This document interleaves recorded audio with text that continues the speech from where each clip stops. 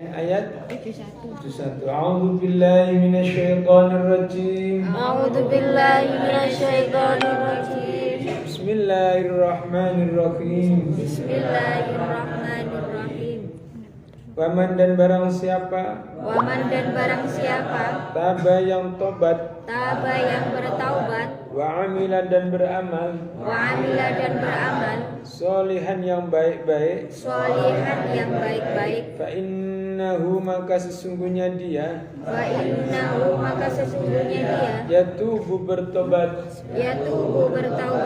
kembali ilallahi kepada Allah. Marru mereka lalu pergi. Gimana? Yatubu mereka kembali bertaubat. Ilallahi kepada Allah. Mataba sebenar-benar tobat yang sesungguhnya. Alladzina dan orang-orang yang la yang tidak yashhaduna memberikan kesaksian az-zura kesaksian palsu, kesaksian yang palsu, wa idza dan apabila marru mereka melalui bilagwi dengan perkataan sia-sia, dengan perkataan yang sia-sia, marru yang mereka lalui kiraman dengan kehormatan, walladzina dan orang-orang yang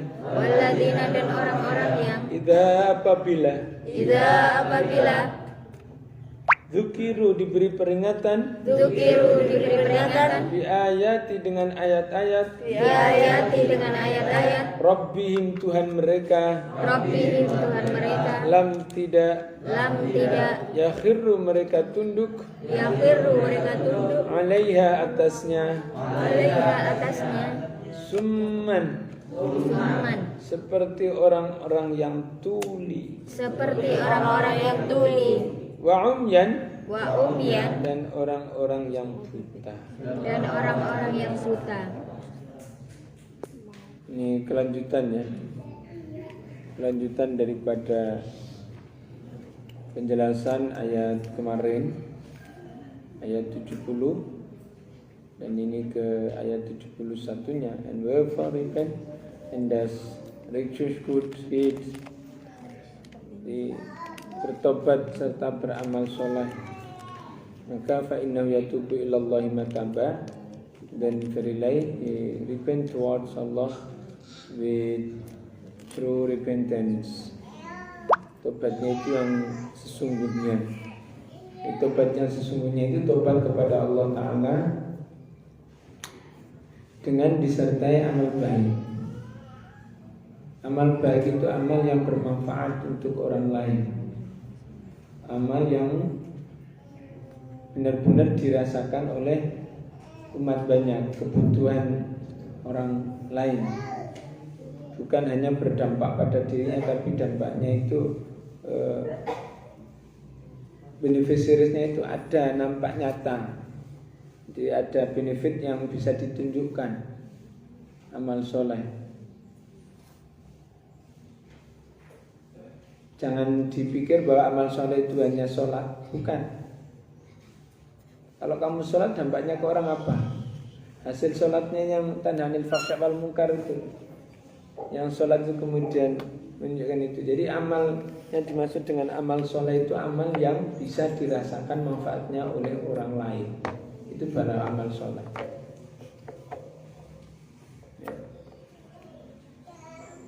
Tobatnya kepada Allah, wa amila solihannya memberikan ganti kepada orang yang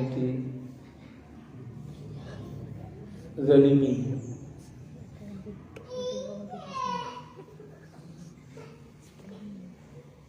Misalnya terjadi kekerasan, yaqulun nafsan billati la bil haq, baik itu membunuh secara langsung maupun membunuh karakter seseorang, menyebarkan fitnah atau melakukan pelecehan terhadap anak perempuan, melakukan kekerasan terhadap perempuan, anak dan lansia. Nah itu dengan cara yubadilun sayyi'at itu menggantinya dengan melakukan perbuatan baik. Taubat kepada Allah, minta maaf kepada manusia, dan kemudian ganteni. Kemarin tugasnya kan pernah mencuri ya, mencuri kedondong, mencuri mangga, mencuri apa lagi? Asem. Di jalan mencuri apa lagi? Kelengkeng, kayu, rambanan, ya, ikan, tebu. Apa lagi? Pelem. Malam apa? Kalau di Batam apa sih biasa dicuri? Masa ono? Bara, mangga. Di Bogor ono, sing dicuri apa di Bogor? Rambutan. Jadi rambutan, pokoknya kamu jelas bukan milik kamu. Nah sekarang besok misalnya liburan, minta maaf ke orangnya dan kemudian mengganti. Jangan hanya meminta maaf saja, minta ikhlas ridhonya orang itu. Pak, apa yang bisa saya ganti? Di Lampung apa? Mangga, nanas. Rambutan sudah nggak ada di kampungmu ya? Masih. Di Blora?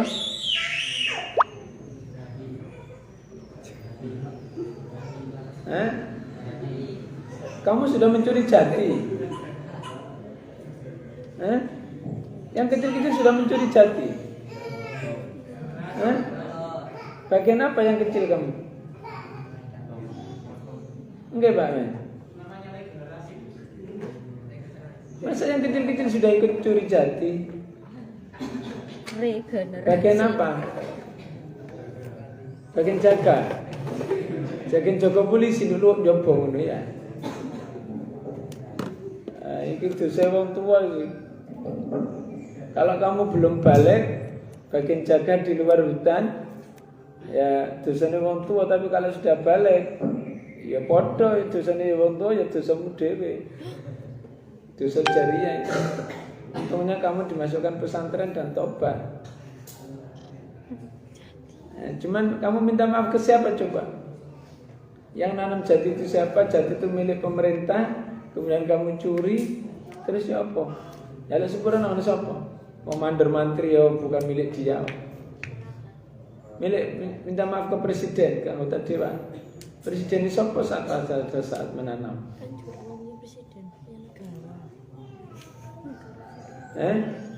Daripada dicolong presiden ya bukan. Mandor mantri itu polisi ya. Nggih. Kadang-kadang kerjasama nggih, Pak. Kerjasama ambek mandor polisi.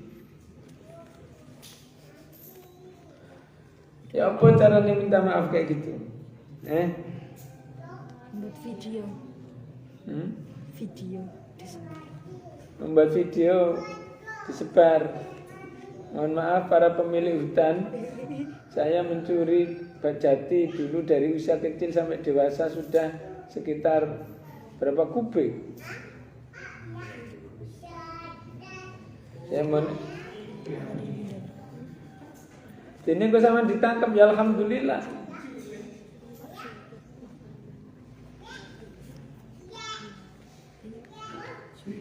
Ya karena kita ini mencari ridho Allah, mencari ridho dan ampunan Allah. Ya.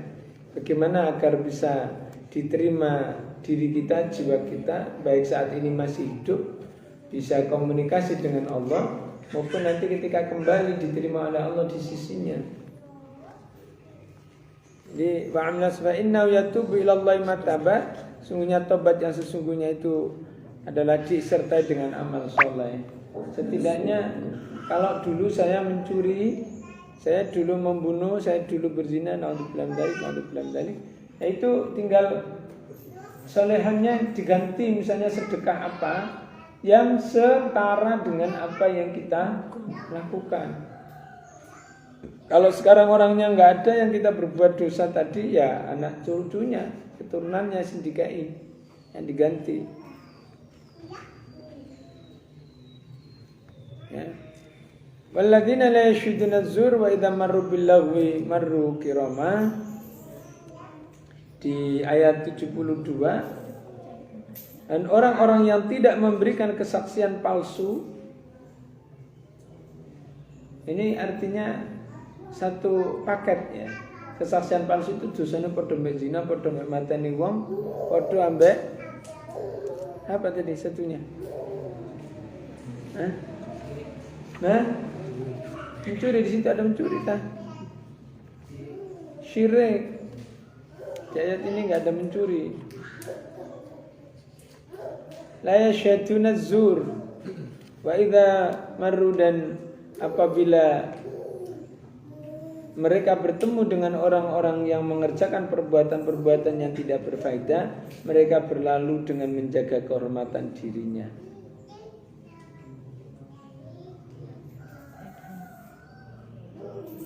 Perbuatan anfaedah itu apa?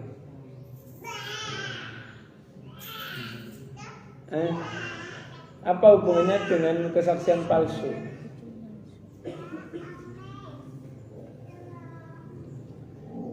Kita waktu chatting itu loh, membaca kiriman WA, dan baca Facebook, ID dan sebagainya, medsos, ya, banyak sekali itu kan hoax, ya. Hoax itu kan azur, perkataan ifkun mubin, kedustaan yang nyata sebenarnya. Nah, kita jangan ikut bahas, jangan like, apalagi subscribe, jangan membaca pun jangan, dilewati aja. Langsung scroll, kalau bisa dihapus gitu aja.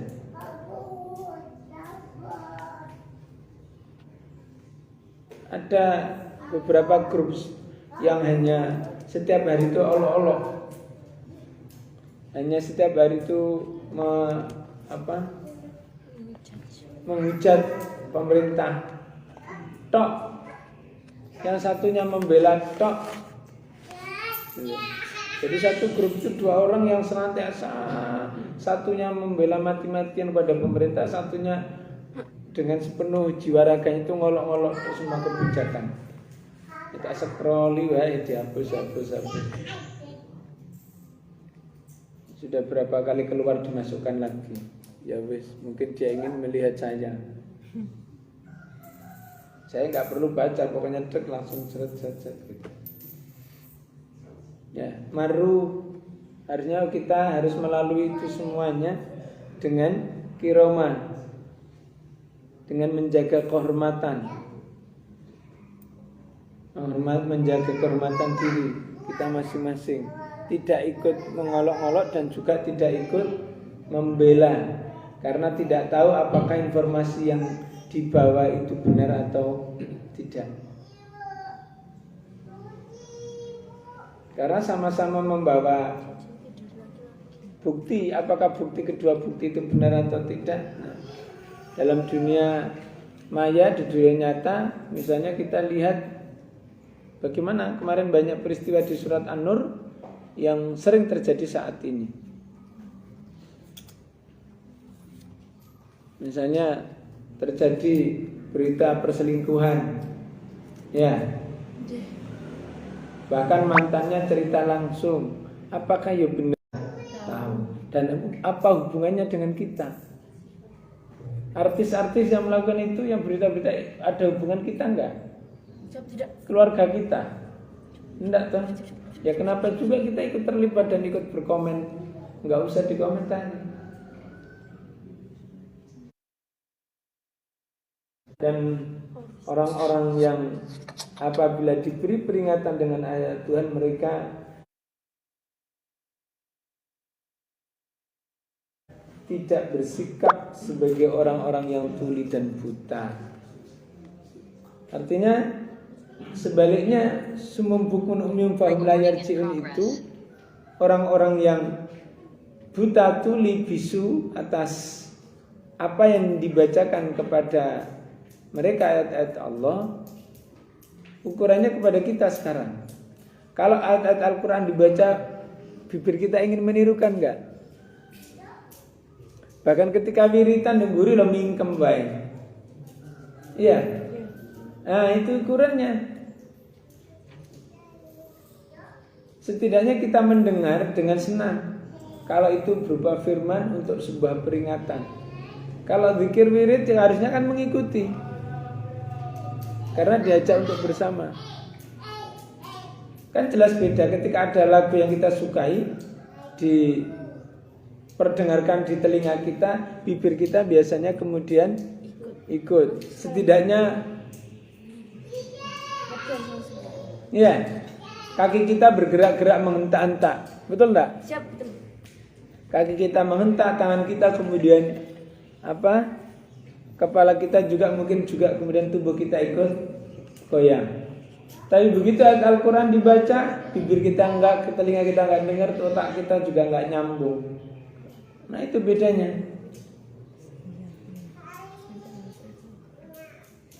Mau goyang ke kanan, ke kiri, ke depan, sembuh, berdoa. Otaknya juga. Saya kemarin di Malang diundang di Unisma. Waktu Mahalul Qiyam kan, sholawat sudah berdiri, semua orang gerakannya kan goyang-goyang ke kiri ke kanan ya. Kalau saya enggak ke depan. Misalnya la ilaha illallah juga orang kan biasanya begitu. Kalau saya ke depan.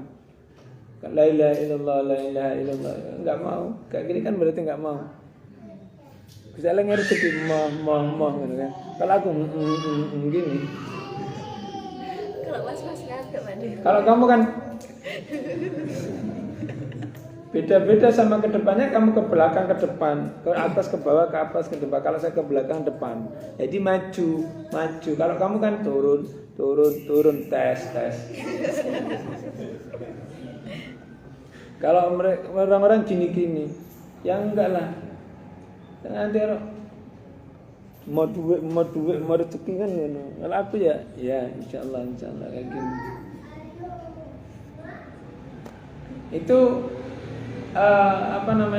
konstruksi pemahaman dan bagaimana orang melahirkan merupakan bagian dari apa itu ya, perwujudan dan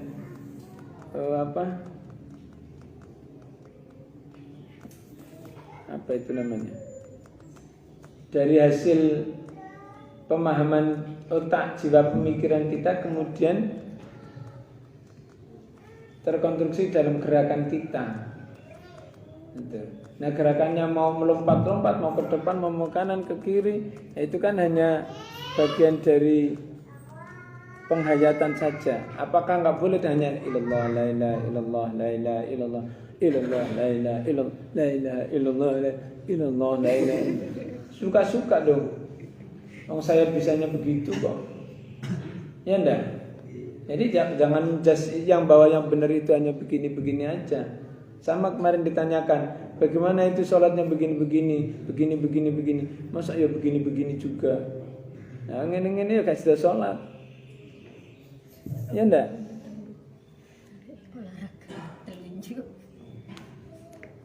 Bon. Waktunya habis.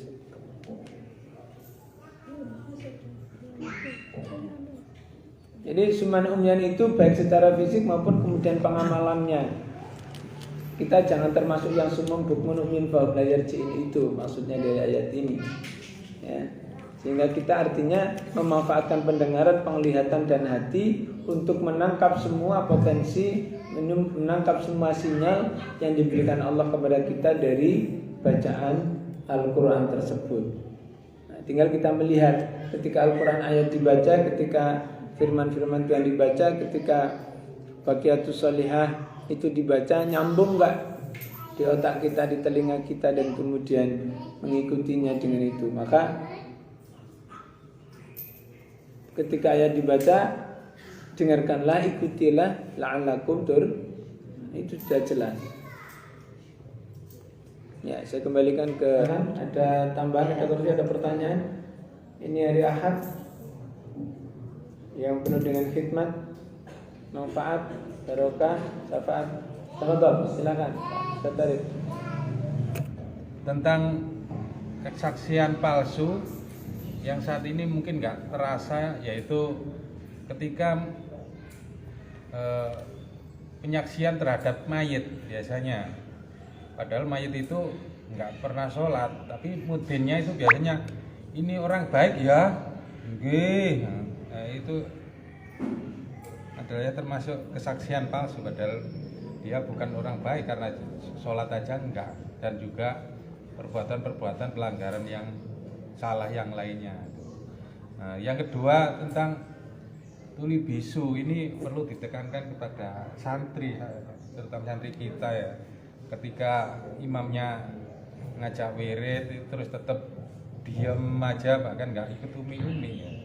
Itu kena juga kan itu. Bisu artinya dia punya bibir, imamnya ngajak wirid, bibirnya tetap mingkem rapet ya. Iya. Nah, itu peringatan untuk kita para santri di sini. Terima kasih. Jadi kesaksian palsu itu baik ketika orang yang ini masih hidup maupun yang sudah mati. Yang jelas ini kepada kita yang melihat, mendengar, mengetahui atau menyaksikan apakah benar-benar tahu secara langsung atau tidak. Bahkan ketika melihat secara langsung itu pun jangan bersaksi baik dan benarnya. Karena bisa jadi ada alasan kenapa dia melakukan itu. Sebelumnya ada apa? Harus ada proses hukum, harus ada rekonstruksi itu sebelum menyatakan salah atau tidak. Sehingga kesaksian kita itu jangan dia kisah salah, jangan begitu. Dia melakukan begini yang saya lihat mulai dari detik ini ke detik ini. Bisa jadi detik sebelumnya dia yang melakukan kesalahan, itu hanya pembalasan. Gitu. Nah, untuk pada orang yang mati juga demikian.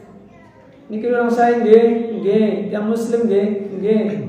Alasan nggih tapi mboten nate salat. Misalnya, kalau orang nggak pernah sholat, nggak pernah ini, jangan menjadi saksi palsu nanti.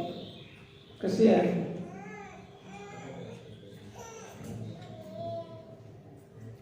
Jadi kalau memang tidak baik, jangan dikatakan baik. Ya, lebih baik panjenengan pangapunten nggih, dosa-dosanipun nggih. Nah, setelah itu bukan bisa menjadi baik, itu hak Allah. Mungkin husnul khotimah, amin. Yang namanya doa, siapa tahu menjelang meninggalnya dia diberi hidayah oleh Allah dan kemudian melakukan ilaman taba wa amila sholihan tadi yang kita tidak tahu. Sepanjang hidupnya kita tahu jelek terus ya, tapi jelang kematiannya kemudian baik, tobat dan beramal soleh yang kita tidak tahu, ya bisa jadi. Misalnya kita tidak ketemu 1 minggu 1 hari, bahkan 1 jam kemarin siangnya tidak ketemu, kemudian tiba-tiba mati, padahal sebelumnya orang itu jahat misalnya. Atau sepanjang hidupnya jelek tok wis. Loh, kalau Allah memberikan pengampunan kenapa? Gitu. Kalau maksiatnya itu kepada Allah dan Allah memberikan ampunan, loh kenapa kita tidak? Sebaliknya, kita menyaksikan baik ternyata di hadapan Allah jelek. Loh. Ya, di Duratun Nasihin kan ada 2 kisah yang tragis. Iya enggak? Yang herois antara pendeta dan siapa? Antara Barsiso dan siapa? Pelacur bisa masuk surga.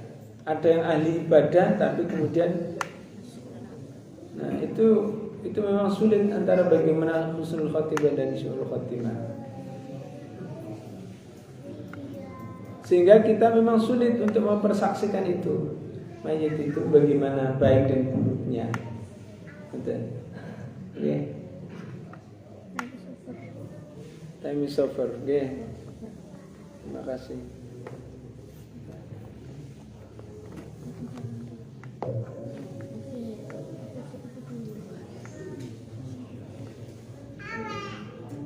Ya, husnudzan bagus, tapi kita harus terukur sesuai dengan kapasitas dan kemampuan, sehingga kita mempersaksikan itu sesuai dengan benar-benar kita melihatnya. Ya, nah ada kesaksian yang dipaksa, saksi yang dipaksa. Oh, ini kamu menyaksikan begini, tembak engkau, bunuh kamu nanti gitu. Misalnya, tak pistol. Ya akhirnya menyaksikan benar atau tidak itu sesuai dengan tekanan. Nah itu bagaimana? Nah itu sudah diatur oleh Allah sendiri. Ya. Oke, demikian terima kasih. Saya kembalikan kepada timekeeper, moderator dan pembawa acara. Subhanakallahumma bihamdika asyhadu an la ilaha illa anta astaghfiruka wa atubu ilaik. Astaghfirullahaladzim, astaghfirullahaladzim min kulli dhanbin adzim la yaghfiru dzunuba illa rabbil alamin.